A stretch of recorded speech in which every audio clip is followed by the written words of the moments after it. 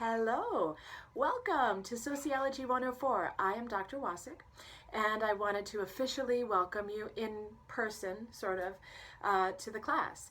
And so I thought I could do just a little brief introduction video, get you warmed up, get you ready for your first assignment, and then you can cruise through the home page and see what the class has to offer.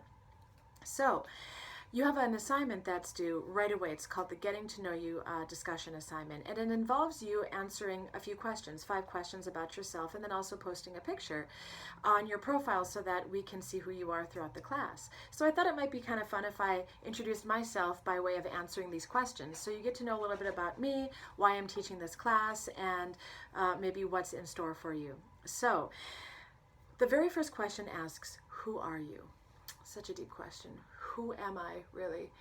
Well, I guess in a few words, I am definitely a sociologist. I study intimate relationships and sexualities, gender, the sex industry, pornography, and women's sexual agency. And so that's kind of what my career has been focused on over the past 20 years. As you can tell by my office, which you are all welcome to come up and see me sometime in 328B in the art building.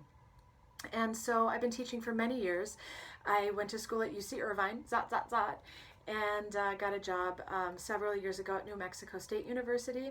Had a great experience there, but needed to come back to California. So I came back a few years ago, and I've loved every minute. El Camino is a great place to work. I have a lot of respect for you students, respect for my colleagues, and just general appreciation. Every single day I come to work. That's so weird to say, but I love it. When I'm not teaching and researching, I'm usually running up and down the beach. I also volunteer at the Pacific Marine Mammal Center down in Laguna Canyon, saving seals and sea lions, which is another passion of mine. I love music, good food, long walks on the beach, you get the drill. All right, the second question that you are tasked with answering, and I shall also answer, says, what do you like about society? And I have to admit, one of the things that I've always been most fascinated about is the meaning that we have. And society is made up with these complex everyday interactions, and I love the exchange between the woman at the grocery store and the customer. I love what happens when somebody disagrees with something that's on social media and the aftermath of that. I just love to see people and experience those interactions and assess them and break them apart, because to me that's how we function as a society. And so I find it absolutely fascinating, which I guess is maybe why I take a symbolic interactionist approach in my work. The third question asks, what do you like about sociology? I mean, come on, what's there not to like? It's an awesome discipline. I mean, I might be a little biased, but what else?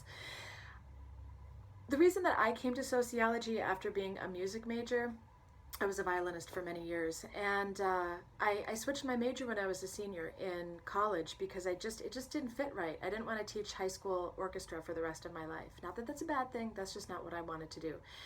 But sociology, was a fun discipline. I had taken some classes and I really, really enjoyed it. And so I changed my major when I was almost finished. And I've just loved every minute of it. It's like a way of seeing the world for me. It makes sense. It gives me a lens. It gives me a voice. It gives me words to articulate what I'm feeling inside when I see something happening in the street, or when I'm reading about something and I'm thinking about how it relates to society. It's super cool.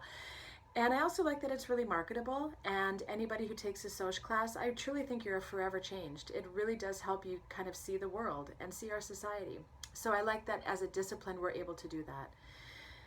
All right, the fourth question asks, what is one social problem you think we as a society should solve or fix? Why should we solve or fix it? And what suggestions do you have for solving or fixing it? So we are in a social problems class. That's why I asked the question. Man, this is a tough one. So many. Because I'm a sexualities researcher, I think probably one of the biggest issues for me is sex negativity, and why people still have such a hard time talking about sex, why there's so much fear associated with sex and sexuality.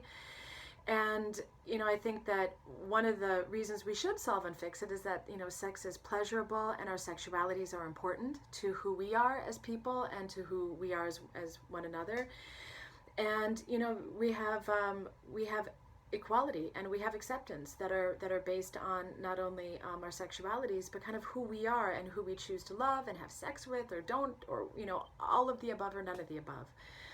And so one of the suggestions I do have is, you know, to kind of live a more sex positive life, which involves kind of a series of being just more positive and proactive about sex and sexuality in general, talking about sex, finding the humor in sex and sexuality. And that sex positivity can be interwoven into all of our social institutions and to many of our everyday interactions. And so that's probably one of the biggest problems that I personally believe in and really, you know, work and strive to fix in my everyday life. All right, the last question, kind of a fun one. Pick up the nearest book to you right this second. Turn to page 25 and find the third sentence on the page. What does it say? Tell us what book it's from and how is this sentence relevant to you? So, obviously as a professor, I have lots of books on my desk, but I chose this one, Modern Love, Romance, Intimacy, and the Marriage Crisis.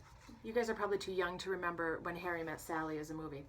So I turned to page 25 and, oh, this is a good one.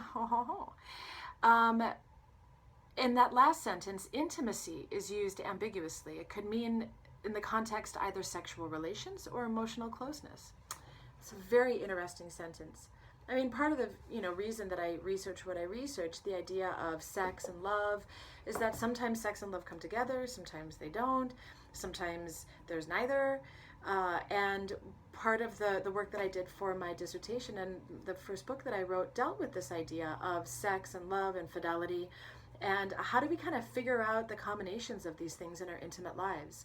And so for me personally, it's relevant because of the research that I do, the way that I think about the social world. I mean, I'm not going to get too personal, you know what I'm saying? We got enough time for that.